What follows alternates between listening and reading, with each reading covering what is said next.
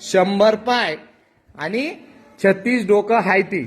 मग त्यावरून तू लावून घे की माझ्याकडे किती मेंढ्या आणि कोंबड्या असतील ते.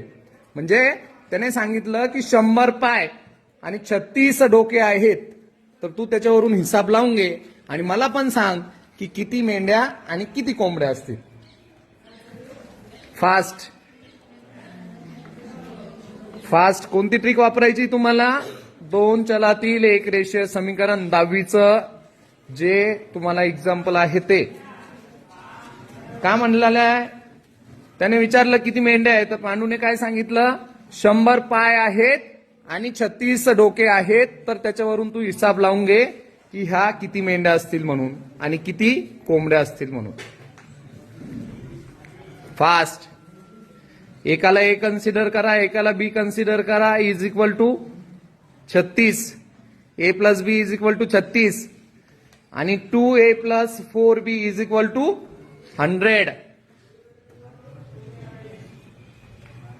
कोणाकोणाचं आलं? असे शाब्दिक उदाहरणे एक्झामला 3 मार्क्सला येतात. फक्त उदाहरण दुसरे असतात टेक्निकली. आपण समजण्यासाठी हा प्रश्न घेतलेला आहे. किती असेल ओम?